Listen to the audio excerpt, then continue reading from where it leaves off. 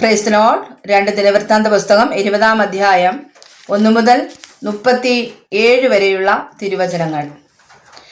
അതിനുശേഷം മോബാബ്യരും അമ്മോന്യരും അവരോടുകൂടെ മെയൂന്യരിൽ ചിലരും യഹോശാഫാത്തിന്റെ നേരെ യുദ്ധത്തിന് വന്നു. ചിലർ വന്ന യഹോശാഫാത്തിനോട്, വലിയൊരു ജനസമൂഹം കടലിനക്കരെ നിന്ന് അരാമിൽ നിന്ന് നിന്റെ നേരെ വരുന്നു. ഇതാ, അവർ ഏൻഗതി എന്ന ഹസസോൻ താമാരിൽ ഉണ്ട് എന്നറിയിച്ചു. യഹോശാഫാത്ത് ഭയപ്പെട്ടു യഹോവയെ അന്വേഷിപ്പാൻ താല്പര്യപ്പെട്ട് യഹൂദയിലൊക്കെയും ഒരു ഉപവാസം പ്രസിദ്ധം ചെയ്തു. യഹോവയോട് സഹായം ചോദിപ്പാൻ യഹൂദ്യർ ഒന്നിച്ചുകൂടി. സകല യഹൂദ നഗരങ്ങളിലും നിന്ന് അവർ യഹോവയെ അന്വേഷിപ്പാൻ വന്നു. യഹോശാഫാത്ത് യഹോവയുടെ ആലയത്തിൽ പുതിയ പ്രാകാരത്തിന്റെ മുമ്പിൽ യഹൂദായുടെയും യെരൂശലേമിന്റെയും സഭാമധ്യേ നിന്നുകൊണ്ട് പറഞ്ഞതെന്തെന്നാൽ, ഞങ്ങളുടെ പിതാക്കന്മാരുടെ ദൈവമായ യഹോവേ, നീ സ്വർഗസ്ഥനായ ദൈവമല്ലോ. നീ ജാതികളുടെ സകല രാജ്യങ്ങളെയും ഭരിക്കുന്നുവല്ലോ. ആർക്കും എതിർപ്പാൻ കഴിയാത്ത ശക്തിയും പരാക്രമവും നിനക്കുണ്ടല്ലോ. ഞങ്ങളുടെ ദൈവമേ, നീ നിന്റെ ജനമായ ഇസ്രായേലിന്റെ മുമ്പിൽ നിന്ന് ഈ ദേശത്തിലെ നിവാസികളെ നീക്കിക്കളഞ്ഞ് അത് നിന്റെ സ്നേഹിതനായ അബ്രഹാമിന്റെ സന്തതിക്ക് ശാശ്വതമായി കൊടുത്തുവല്ലോ. അവർ അതിൽ പാർത്തു. ന്യായവിധിയുടെ വാൾ, മഹാമാരി, ക്ഷാമം എന്നിങ്ങനെയുള്ള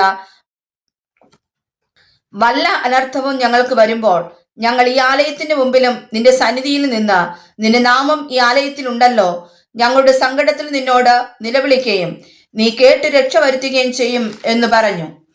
അതിൽ തിരുനാമത്തിനു വേണ്ടി നിനക്ക് ഒരു വിശുദ്ധ മന്ദിരം പണിതു.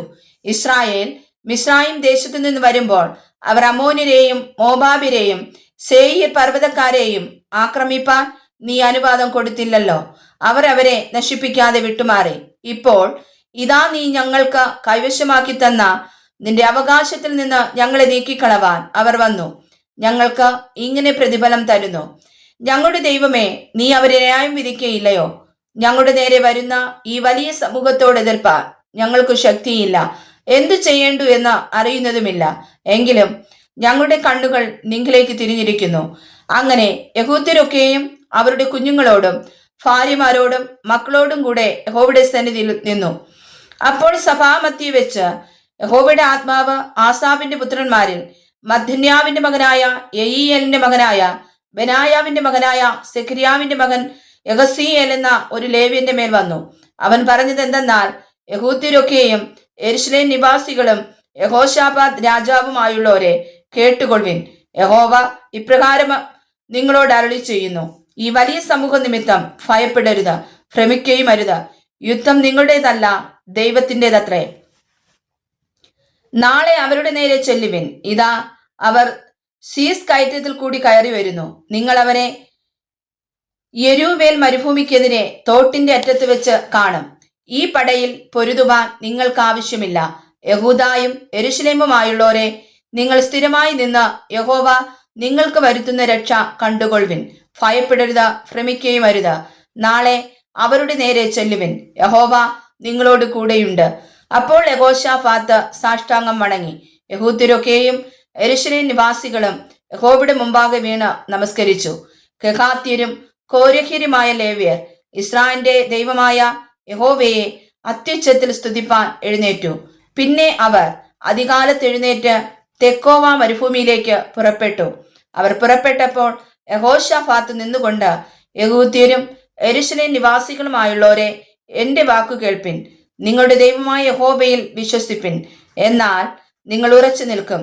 അവന്റെ പ്രവാചകന്മാരെയും വിശ്വസിപ്പിൻ, എന്നാൽ നിങ്ങൾ കൃതാർത്ഥരാകും എന്ന് പറഞ്ഞു.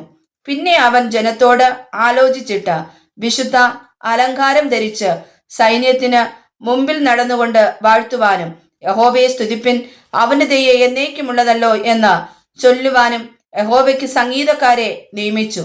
അവർ പാടി സ്തുതിച്ചു തുടങ്ങിയപ്പോൾ യഹോവ യഹൂദയ്ക്ക് വിരോധമായി വന്ന അമ്മോന്യരുടെയും മോബാബ്യരുടെയും സേയീർ പർവ്വതക്കാരുടെയും നേരെ പതിയിരിപ്പുകാരെ വരുത്തി. അങ്ങനെ അവർ തോറ്റുപോയി.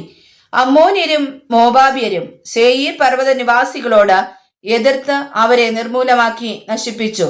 സേയീർ നിവാസികളെ സംഹരിച്ച ശേഷം അവർ അന്യോന്യം നശിപ്പിച്ചു.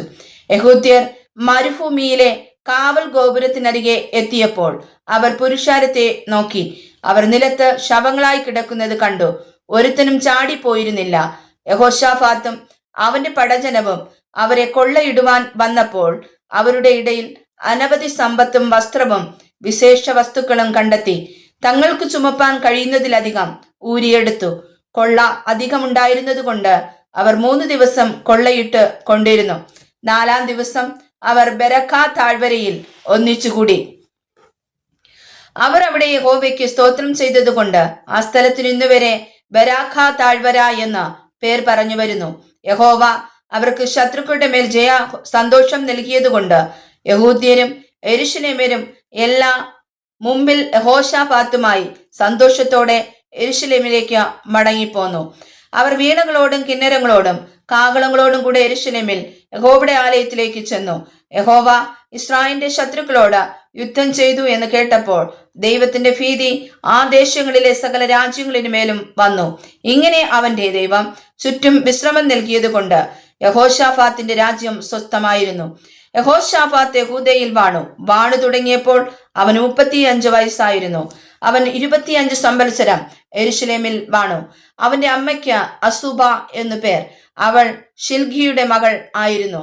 അവൻ തന്റെ അപ്പനായ ആസായുടെ വഴിയിൽ നടന്ന് അത് വിട്ടുമാറാതെ യഹോവയ്ക്ക് പ്രസാദമായുള്ളത് ചെയ്തു. എങ്കിലും പൂജാഗിരികൾക്ക് നീക്കം വന്നില്ല. ജനം തങ്ങളുടെ ഹൃദയങ്ങളെ തങ്ങളുടെ പിതാക്കന്മാരുടെ ദൈവത്തിങ്കിലേക്ക് തിരിച്ചതുമില്ല. യഹോശാഫാത്തിന്റെ മറ്റുള്ള വൃത്താന്തങ്ങൾ ആദ്യാവസാനം ഇസ്രായേൽ രാജാക്കന്മാരുടെ പുസ്തകത്തിൽ ചേർത്തിരിക്കുന്ന ഹനാനിയുടെ മകനായ യേഹൂവിന്റെ വൃത്താന്തത്തിൽ എഴുതിയിരിക്കുന്നുവല്ലോ.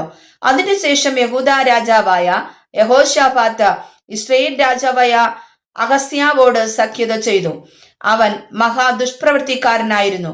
അവൻ തർസീസിലേക്ക് ഓടിപ്പാൻ കപ്പലുണ്ടാക്കുന്നതിൽ അവനോട് യോജിച്ചു. അവർ എസ്യോൻ ഗേബേരിൽ വെച്ച് കപ്പലുകൾ ഉണ്ടാക്കി. എന്നാൽ മാരേഷക്കാരനായ ദോദാവയുടെ മകൻ എലീയേസർ യഹോശാഫാത്തിന് വിരോധമായി പ്രവചിച്ചു.